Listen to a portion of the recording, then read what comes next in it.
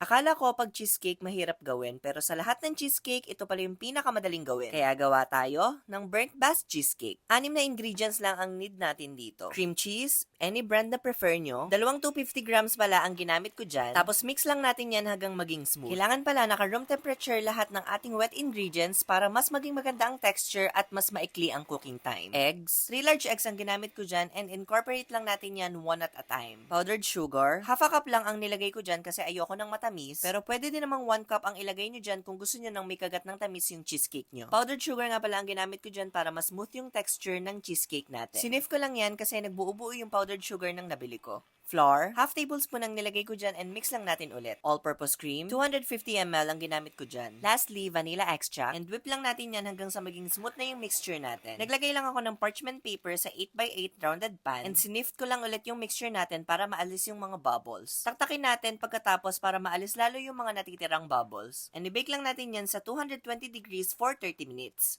At ayan na, meron ka ng burnt bast cheesecake. Ang dali lang yan, di ba? Kaya i-try nyo na din! Uy, magluluto na yan.